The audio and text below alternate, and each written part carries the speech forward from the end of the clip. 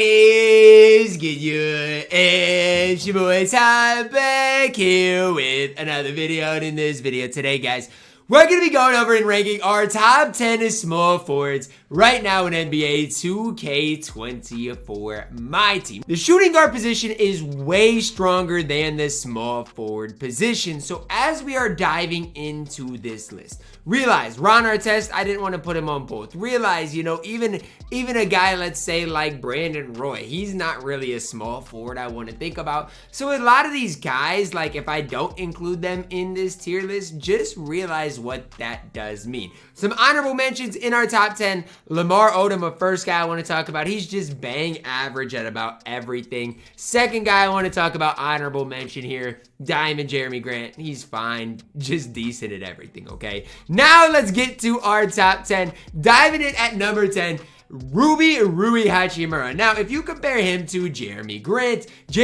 stat-wise is going to be better, but what they don't show is that Rury Haimura has one of the best releases in the entire game. His defense is really solid as well, and he can just do everything at a really solid level on the court. Meanwhile, for 10,000 MT, I've got my personal budget bias here as well, and just know I am a fan of what Rury Haimura can provide for you guys on the court. Now, if you do get Austin Reeves and happen to give him the duo, makes him way, way better. But even without the duo, Rury Haimura comes in at number 10 on my list.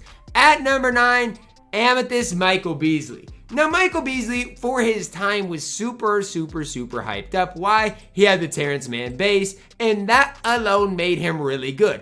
Even on my last No Money Spent squad series, Michael Beasley single-handedly won me some games just with that sharp shooting release that he had. The problem with Bees comes with that defense, just not great. He is still 6'9", so I mean, there's a limit to how bad defensively he can be because he is 6'9", and the release is what makes or breaks this card. Now, for Michael Beasley, without the Terrence Mann release, he wouldn't probably be top 15 on this list, but because he has the best release in the entire game, he's coming in at number 9 on my top 10 list. At number 8, recently traded, we do see Amethyst OG Anunoby. 6'7", 7'2" wingspan. Now, I wasn't high on OG right when the card came out, but then when I got him for free on my, again, last No Money Spent squad series, I used him, and I'm like, man, is he not just the perfect 3-and-D guy to have? His release isn't necessarily the quickest, but you will not miss with OG Anunoby. Super smooth, super easy to time, easy to green, good hot spots. Defensively, an absolute menace with the Hall of Fame Challenger clamps, 93 lateral quickness, as well as perimeter. Again, OG Anunoby, way overpriced, 84,000 MT. I would not recommend buying him for that price tag. But if you do get him out of that equal chance pack, you will really like what you get out of OG Anunoby. At my number 7, Diamond Kevin Durant. Now, there's a tier list the other day I reacted to. Watch it if you haven't yet. The worst tier list of 2K24 MyTEAM. And they had Kevin Durant at S tier, which I couldn't understand it. It just drove me absolutely crazy. Why are we talking about Diamond Kevin Durant as being an S tier small forward? I may never know. But here's the deal for KD. He's still 6'10". Defensively, he's not horrible. He can get every badge in the game. Shooting-wise, he's got everything you need. I can't hate and pile on KD too much. I don't love the card. I think as far as complete cards, he's not even that high because defensively, he's not great. But the one thing KD has is he is 6'10", which basically just means he's going to compete decently well on the interior. If he gets switched on to, let's say, a decent big, he's at least going to try to compete. Hot spots from everywhere. I just feel like KD's release this year isn't what it has been in the past, and for that alone, makes it so I can't put KD any higher. KD coming in at my number 7. At my number 6, Amethyst Dennis Rodman. When this card came out, I was like, ew, I don't like this card. He's not going to be a top small forward in the game. And then I crunched the numbers on this small forward tier list, or small forward top 10, and I'm like, maybe Dennis Rodman is better than I initially thought. Now, let's talk about why. Release-wise, I know, it's slow. Patrick Ewing, based on normal timing, it's slow. It is. I'm not going to sit here and try to gas it. But let's talk about what he's got. He's got Hall of Fame anchor, box out beast, clamps, pogo stick, post lockdown, rebound chaser, and work hours, all on Hall of Fame. Hall of Fame catch shoot corner specialist, as well as slippery off ball, one of my favorite badges in the game. High standing dunk, can handle the ball, rebounding wise is fantastic. I get it, he can't dribble. He's got basic dribble style. I get it. His release is slow. But defensively, he's one of the best overall defenders in the entire game, whether he's on ball or not. He can switch on to bigs and compete with the high interior block and rebounding. I mean, there's just a long list of things Dennis Rodman does at a really high level that, even though I know his release isn't good, even though I'm personally not the biggest fan of Dennis Rodman, he comes in here at number 6 because I respect his game quite a bit. At my number 5 on the small forward top 10, we're plugging in Diamond Luol Deng. 87 3 ball, 88 speed, really solid defensively. When you think of 3-and-D as small forwards in my team, you gotta think of Luol Deng. Now, for 165,000 MT, I think that is way overpriced. I do not think he is worth that amount of MT, especially when Dennis Rodman is 42,000 MT and a guy like Rury Haimura is 10,000 MT.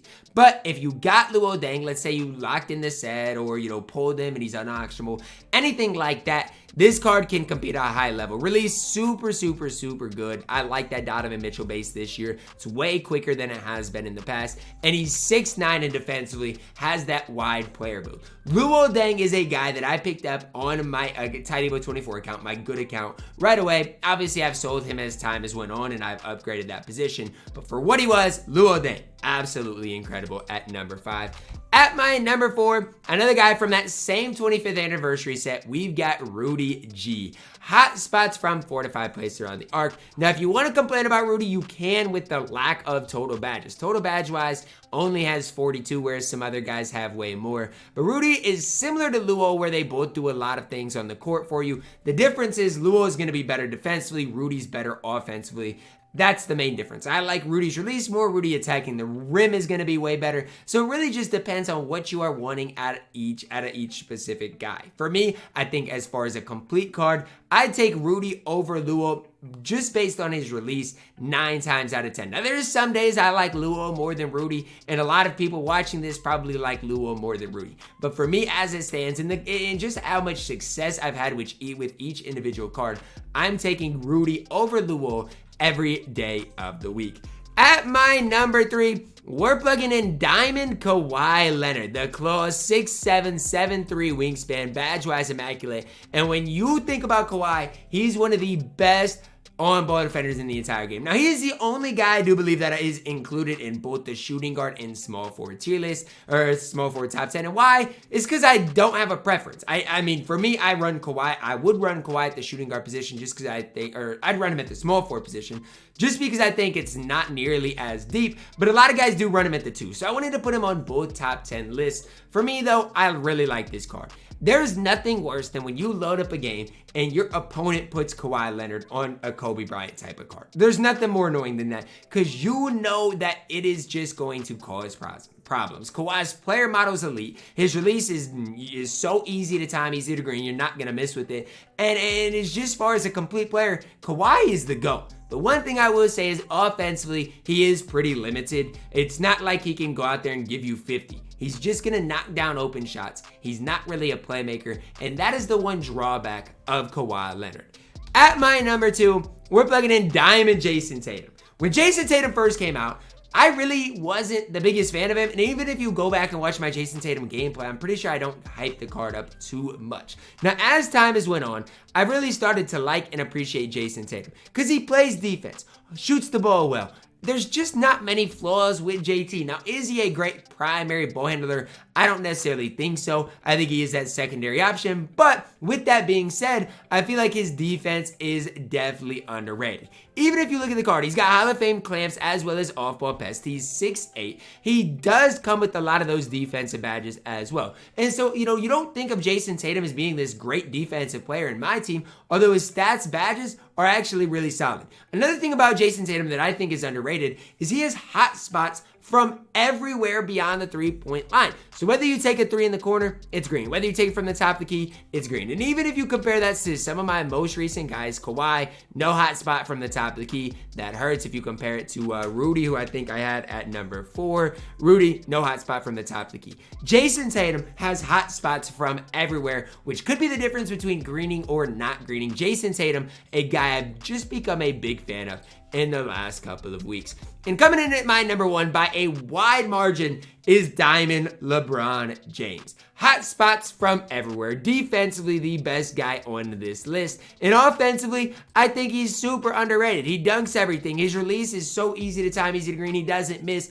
I think the gap between LeBron and Jason Tatum is huge. Now, does that mean it's worth the MT? No. If you don't have Bron, you don't have Jason Tatum. Who is more worth getting for the money you'd have to put into the game? Jason Tatum every day of the week. Because LeBron, you got to lock in basically, what, $100 and some dollars? Like, it's definitely not worth locking in. But there's no doubt about it, guys. King James, if you have him, should play for the foreseeable future. It's going to be a while before my King James gets replaced. It'll probably be LeBron James that replaces my LeBron James, which probably will not be soon at all. Again, I just don't think it's close. He is going to be my starting small forward until somebody literally forces him out of my lineup. I like LeBron so much, I went and put a bunch of extra Hall of Famers on the card as well. So even for me, if I can run this Diamond Bron, if and they don't change his release, I'll probably run this card for so long. Now again, when we look at this small forward position, I want you guys to know and realize it's not deep. Guy like Zion, I can't put him on the list. He stinks. Guy like Tony Kukoc, mid. Kuzma, not great. That's why you saw the top 10. It's kind of rough at the very bottom, but we just do not have a lot of great options as it does stand right now in my team. But let me know your thoughts on my top 10 down below in the comments, guys. Drop a like on the video, subscribe if you're new, and as always, man, I love you guys, and have a blessed day.